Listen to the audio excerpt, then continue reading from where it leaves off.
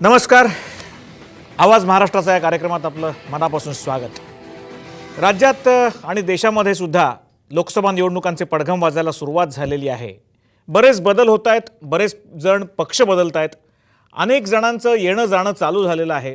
या सगळ्या वातावरणामध्ये मतदाराचा नेमका कोण विचार करतोय, मतदाराचा विश्वास कोण कमावतोय, या विषयावर आपल्याला बोलायचं आहे. त्याचबरोबर आज राज्याचा अर्थसंकल्प झाला आहे, त्यामुळे राज्याला आर्थिक शिस्त नेमकी कशी लावायची आहे याही विषयावर आपल्याला बोलणं भाग आहे. पण त्याच्या आधी आपण नजर टाकूयात हेडलाईन्सवर. राजदमधल्या फुटीनंतर लालू समर्थकांचा विधानसभा अध्यक्षांच्या घरासमोर गोंधळ. 9 खासदार राजदमध्येच असल्याचा लालूंचा दावा. बिहारमध्ये भाजपाला सापडला नवा मित्र. रामविलास पासवान उद्या नरेंद्र मोदींच्या भेटीला. लोकसभेच्या आखाड्यात भाजपाचं मुस्लिम कार्ड. पूर्वीच्या चुकांसाठी माफ करा, राजनाथ सिंहांचा मुस्लिमांकडे जोगवा. घड्याळाला सोडचिठ्ठी देत आमदार संजय काका पाटील भाजपात. आवाज महाराष्ट्राचा कार्यक्रमात आयाराम गयाराम नेत्यांचा लेखाजोखा. सुशीलकुमार शिंदेंचा पुन्हा एकदा युटर्न. माध्यमांबद्दल नाही तर सोशल मीडियाबद्दल वक्तव्य. महत्त्वाच्या समस्यांवर भूमिका कधी घेणार हाच प्रश्न. राज्याचा अंतरिम अर्थसंकल्प विधिमंडळात सादर. सिंचन अन्न सुरक्षेसाठी भरीव तरतूद. आर्थिक शिस्तीबाबत थोड्याच वेळात मंथन.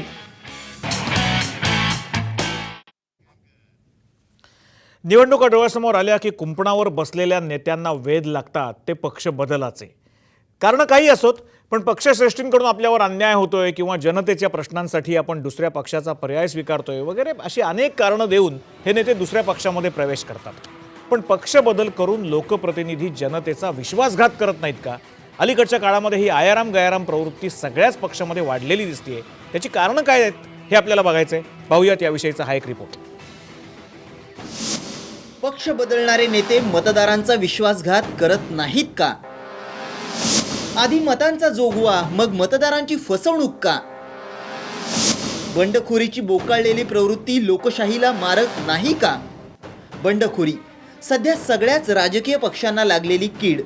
असं असलं तरीही हेच पक्ष कुंपणावर बसलेल्या पक्षांना चुचकारण्यात मागे पडत नाहीत.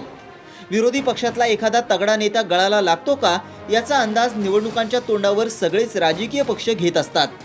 मग सुरू होतं बाता मारण्याचं सत्र. दुसऱ्या पक्षातले नेते आमच्या संपर्कात असल्याचं सांगून कडी कुरघोडी करण्याची मालिका जणू. आणि हेच मतदार राजा विसरत चाललाय. ज्यांना विश्वासानं मत द्यायचं, समस्या निवारणासाठी ज्यांना कौल द्यायचा, तेच लोकप्रतिनिधी पुढे जाऊन पक्ष बदलणार असतील तर त्याला विश्वासघात नाही तर काय म्हणायचं? असे आयाराम गयाराम नेते लोकशाहीला मारक नाहीत का, असाही प्रश्न या निमित्तानं उपस्थित होतोय. आजच राष्ट्रवादीचे आमदार संजय काका पाटील भाजपात दाखल झालेत, तर नांदेडचे माजी खासदार आणि राष्ट्रवादीचे नेते DB पाटील यांनीही भाजपात प्रवेश केलाय.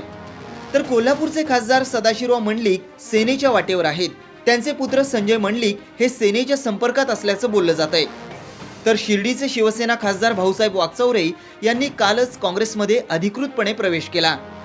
तर परभणीचे शिवसेना खासदार गणेश दुधगावकर राष्ट्रवादीच्या वाटेवर असल्याचं बोललं जात आहे.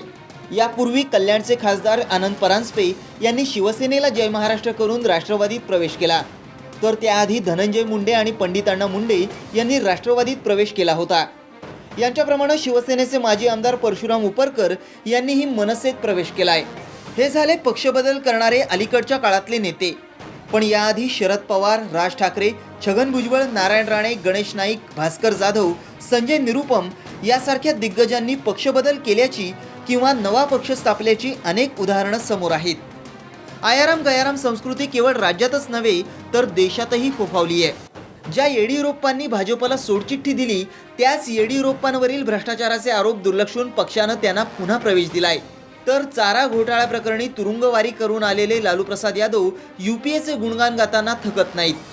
लालूंच्या काही आमदारांनी राजदला सोडचिठ्ठी देऊन JDUत जाण्याची तयारी सुरू केली आहे. हाही लालूंसाठी मोठा धक्काच आहे.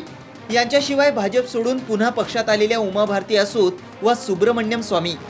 विशेष म्हणजे विरोधी पक्षांवर आरोप करणारे नेते आपला पक्ष सोडून त्याच पक्षात सन्मानाने जातात, ही बाब देखील खटकणारी नाही का? सद्यस्थितीत राजकारण्यांमध्ये आयाराम गयाराम संस्कृती चांगलीच फोफावली आहे. काही वेळा तर इतर पक्षांनी नाकारल्यानंतर आपलाच पक्ष चांगला असल्याचा साक्षात्कारही याच नेत्यांना होतो. पक्षात मुस्कटदाबी होत असल्याचा आरोप करत पक्षाशी काडीमोड घेणाऱ्या नेत्यांना मतदारांशी करत असलेल्या विश्वासघाताविषयी सोयरसूतक नसावं ही शोकांतिकाच म्हणावी लागेल. मयुरेश कडव, साम टीव्ही, मुंबई. थोडक्यात असे सतत पक्ष बदलणाऱ्या किंवा एका पक्षातून दुसऱ्या पक्षात जाणाऱ्या किंवा नवीन पक्ष काढणाऱ्या माणसांबद्दल मतदारांच्या मनामध्ये काय भावना असते, कारण शेवटी हे राजकारण आहे. राजकारणामध्ये भावनेला फार कमी थारा असतो किंवा तो नसतोच, आणि राजकारणात सगळं काही माफ असतं असं एक समजलं जातं. या विषयावर चर्चा करण्याकरता आपल्याबरोबर आज आहेत सकाळचे राजकीय संपादक प्रकाश अकोलकर. प्रकाशजी, या कार्यक्रमात आपलं स्वागत. नमस्कार. आपल्याबरोबर काही वेळातच भाजपचे ज्येष्ठ नेते गोपीनाथ मुंडे सामील होत आहेत. त्याचबरोबर राष्ट्रवादी काँग्रेसचे प्रदेशाध्यक्ष भास्करराव जाधव सुद्धा या चर्चेमध्ये सामील होत आहेत, आणि त्याचबरोबर प्रताप सरनाईक शिवसेनेचे नेते ते सुद्धा आपल्याबरोबर या चर्चेमध्ये आहेत.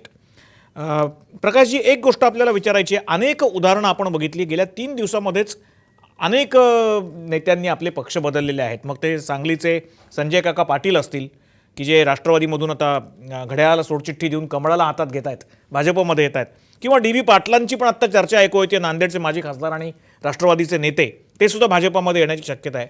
काय तुम्हाला वाटतं की मुळात आपण एक जर नजर टाकली तर काय कारणं असावीत या सगळ्या पक्ष बदलांची? नाही, पक्ष बदलांची कारणाकडे जातो मी, आणि त्याचा विचार करायलाच लागेल समीरण. पण मी हे एक इंटरेस्टिंग माहिती सांगतो की आयाराम गयाराम असं नाव या पक्ष बदलूंना कसं पडलं. ते फार जुनी, म्हणजे 1967 सालची गोष्ट आहे, आणि हरियाणाने हा शब्दप्रयोग आपल्या भारताला दिलेला आहे. तिथे गयालाल नावाचे एक आमदार होते. ते अवघ्या आठवडाभरात त्यांनी 3 वेळेला पक्ष बदलला. ते काँग्रेसचे आमदार होते, काँग्रेसच्या तिकिटावर निवडून आलेले होते. आल्यानंतर त्यांनी तातडीने संयुक्त आघाडीमध्ये प्रवेश केला, आणि त्यानंतर अवघ्या काही तासातच ते पुन्हा काँग्रेसमध्ये परतले. तेव्हा चंदीगडला त्यांना पत्रकारांपुढे उभं करण्यात आलं, आणि काँग्रेसचा एक नेता म्हणाला कि ये गयालाल जी है वो पहिले गयाराम थे, अभी आयाराम बन गए है. तेव्हापासून ही आयाराम गयाराम असं म्हणण्याची पद्धत पडली. आणि ते त्यांनी कशासाठी केलं असणार ते उघडच आहे, कारण ते 67ची सरकार ही अगदी अस्थिर पायावरची सरकार होती, कोणाकडे बहुमत नव्हतं.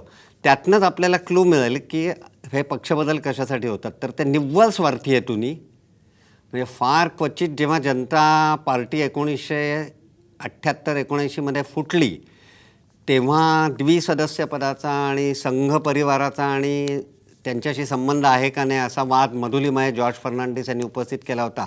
पण असा तत्वावर किंवा विचारांवर वाद होऊन काही पक्षांतरं झाले आहेत किंवा पक्ष फुटले आहेत, हे फारच दुर्मिळ आहे. आणि हरियाणाचं नाव परत परत घ्यावं लागतं याच्यात, कारण हरियाणाचे जे पुढे राजकारणात गाजले नेते भजनलाल नावाचे, त्यांनी 1979मध्ये ते स्वतःचा पक्ष काढून त्याच्यावर निवडून आले होते, आणि सरकार मात्र आपल्याला बनवता येत नाही आहे हे लक्षात आल्यावरती ते आपल्या पक्षाच्या 37च्या 37 आमदारांना घेऊन काँग्रेसमध्ये दाखल झाले. अख्खा पक्षाच्या पक्ष त्यांनी विलीन केला, मग का पक्षांतर केलं, काय जे शब्दप्रयोग वापरायचे असतील ते करा, आणि ते मुख्यमंत्री झाले. ते मुख्यमंत्री झाले याला महत्त्व आहे. म्हणजे त्यांनी कशासाठी पक्षांतर केलं होतं हे अगदी ऑब्वियस आहे. म्हणजे एक तर निव्वळ स्वार्थी हेतून सत्तापदांवर डोळा ठेवून हे पक्षांतर होतं, किंवा आपल्याच पक्षातल्या आपल्या विरोधकाला, अगदी सरळ उदाहरण द्यायचं तर आजच घडलं आहे ते की संजय काका आणि आपले RR आबा पाटील यांच्यातनं विस्तवही जात नव्हतं हे सर्वांना माहिती आहे. त्यामुळे कशासाठी पक्षांतर केलं असणार संजय काकांनी हे उघड आहे. आणि त्यामुळे सांगलीची लढत आणि खुद्द आबांची निवडणूक ही मोठी चुरशीची होईल. गेल्या वेळेलाच संजय काकांनी आबांचा बराच त्रास देण्याचा प्रयत्न केला होता. आता तिकडे नांदेडला काय झालं आहे ते अगदी तुम्हाला स्पष्टच दिसतं आहे की नांदेडला अशोक चव्हाणला पुन्हा तिकीट देणार, असं यांना अशोक चव्हाण यांना पुन्हा तिकीट देणार अशा बातम्या सगळीकडे आहेत. हो, त्यामुळे त्यांना काय म्हणतात, त्यांना पुनर्प्रस्थापना त्यांची पक्षात करायची काँग्रेसचा हेतू दिसतोय. आदर्श प्रकरणानंतर ते बाहेर पडले, तेव्हा त्यांचा तो जो आदर्शचा त्यांच्यावरचा ब्लॉट आहे त्याचं भांडवल करून आपल्याला जिंकता येईल का, म्हणून हे DB पाटील तत्काळ भाजपमध्ये गेलेले दिसत आहेत. मला अकोलकर एक आपल्याला विचारायचं आहे की पक्ष बदलतात हे लोक, हे सगळं ठीक आहे, म्हणजे राजकारणामध्ये काहीही चालू शकतं, कुठल्याही मिनिटाला काहीही घडू शकतं, याच्यावर आपला विश्वास आहे, किंबहुना आपल्या विश्वासाच्या पलीकडे, अपेक्षेपलीकडे काहीही घडतं. कुठलीही परमिटेशन कॉम्बिनेशन, समीकरण बदलतात, ऐन वेळेला काहीही कोणाला मिळू शकतं, कोणी बाहेर पडू इन शकतं. लव्ह वॉर अँड पॉलिटिक्स कोणत्याही बरोबर. क्षणाला काही होऊ शकतं. प्रेमात, युद्धात आणि राजकारणात सगळं काही क्षम्य असतं, काहीही बदलू शकतो पण तरी सुद्धा लोकांच्या मतं द्यायच्या वेळेला लोकांच्या समोर एक पॉलिटिकल सिनेरिओ असतो, एक राजकीय चित्र असतं. प्रत्येक राजकीय पक्षाची एक राजकीय निष्ठा, विचारप्रणाली, जाहीरनामा, आश्वासनं असतात, ज्याच्यावर मतदार आपलं मत टाकतो. आज हा प्रश्न निर्माण व्हायचं कारण केवळ आजचे पक्षांतर किंवा कालची पक्षांतर नाही आहेत, तर एकूणच भारतीय लोकशाहीमध्ये असं दिसून येतं की जनता विश्वास टाकून एखाद्या पक्षाला मत देते, एखाद्या उमेदवाराला मत देते, तेव्हा तो विश्वास त्या माणसावरचा, पक्षावरचा आणि विचारसरणीवरचा असतो. त्याच्यानंतर ती माणसं जेव्हा असं आपले तुम्हाला रंग अजूनही बदलतात- वाटतं की त्या नाही, विचारसरणी असं मानलं जातं. नाही नाही, आता कोण आपली कामं करेल. आणि आता तर म्हणजे ते इतकं खालच्या पातळीवर गेलेलं आहे की आपल्या सोसायटीतल्या टाईल्स कोण बसवून देईल असा इथपर्यंत तो आलेला आहे मुद्दा. म्हणजे मतदारसंघातली कामं सोडाच. बरोबर आहे. म्हणजे याच्यामध्ये कुठल्याही प्रकारची प्रलोभनं असतील, कामांची असतील, पैशाची असतील, इतर कुठली असतील, या सगळ्या प्रलोभनांना बळी पडतो मतदार आणि करताना काय करतो हे कोणालाच माहीत नसतं. पण मला एक तुम्हाला विचारायचं आहे की याच्यामध्ये जी अनेक कारणं घडतात, त्याच्यामध्ये राजकारणामध्ये एक विशिष्ट एक प्रकारची कुरघोडी करायचा एक हेतू या राजकीय नेत्यांमध्ये दिसून येतो. अजून मुंडेसाहेब आलेले नाही तर मुंडेसाहेबांना हा प्रश्न खरा विचारायचा आहे की मुंडेसाहेबांनी जाहीरपणे हे सांगितलेलं आहे की त्यांच्या पक्षाच्या बाबतीत जे राष्ट्रवादीने केलं त्याचा बदला ते घेऊन दाखवणार आहेत. हो बरोबर आहे ना. काल जेव्हा उद्धव ठाकरे डोंबिवलीच्या सभेमध्ये शिवसेनेतनं बाहेर पडू इच्छिणाऱ्या खासदारांविषयी बोलले, तेव्हाच मुंडेने जाहीर सांगितलं होतं की मी दोन राष्ट्रवादीचे नेते 2 दिवसात आणतो. त्याप्रमाणे आणलेत त्यांनी, एक संजय काका आणि एक DB पाटील. बरोबर आहे. पण याची मुळं कुठेतरी तुम्हाला महाराष्ट्रातल्या पूर्वीच्या राजकारणात दिसतात का? याचं कारण असं की आपण आत्ताची एक जी स्टोरी बघितली त्या स्टोरीमध्ये सुद्धा महाराष्ट्रातल्या काही दिग्गज राजकारण्यांचा उल्लेख झाला. उदाहरणार्थ शरद पवार किंवा शिवसेनेमध्ये जी काही फाटाफूट झाली, काही नेते बाहेर पडले, मग ते राणे असतील किंवा राज ठाकरेंनी तर वेगळी पार्टी आपली स्वतःची सुरू केली, पण त्याच्याही आधी छगन भुजबळ असतील. या सगळ्या कारणमीमांसांमध्ये कुठेतरी पक्षामधली घुसमट हा एक प्रकार तुम्हाला जाणवतो? नाही, स्वतःची महत्त्वाकांक्षा आणि स्वार्थ याच्या पलीकडे पक्षात त्यांना चांगल्या कार्यकर्त्याला, एखादा कार्यकर्ता, एखादा नेता हा चांगला असू शकतो ज्याला वाव देत नाहीत आणि केवळ तो चांगला आहे म्हणूनच वाव देत नाही नेतृत्व. हे आपण अनेकदा अनेक उदाहरणांवरनं पाहिलेलं आहे. म्हणजे खुद्द गोपीनाथरावांचीच गडकरींच्या काळामध्ये घुसमट झाली होती आणि त्यांना ऑलमोस्ट मी पक्ष सोडतो आणि बंड करतो इथपर्यंत पावलं टाकावी लागली होती. त्यांनी केलं नाही. त्यांची भाजपवरची, भारतीय जनता पक्षावरची श्रद्धा आणि निष्ठा वेगळी आहे. पण शेवटी वैतागून माणूस कधीतरी असं म्हणतोच ना. म्हणजे आता आनंद परांजपे यांनी जाहीरच सांगितलं होतं की ते जेव्हा राष्ट्रवादीच्या छावणीमध्ये दाखल झाले तेव्हा त्यांनी स्पष्टच सांगितलं होतं ना की नेतृत्व जर भेटायला तयार नसेल, साधी म्हणजे एका खासदाराला नेतृत्व, पक्ष नेतृत्व, म्हणजे आपण नाव घ्यायला काहीच हरकत नाही, कारण पक्ष नेतृत्व म्हणजे शिवसेनेत एकच नेतृत्व आहे. काल त्या नेतृत्वाने स्वतःच सांगून टाकलेलं आहे की आता मीच हुकुमशाही पद्धतीने चालवणार आहे. लोकशाही नाही आता, असंही लोकशाही सांगितलं. नाही. त्यामुळे उद्धव ठाकरे जर का, आणि उद्धव ठाकरेंच्या बाबतीत या तक्रारी खूप जणांकडून येत आहेत.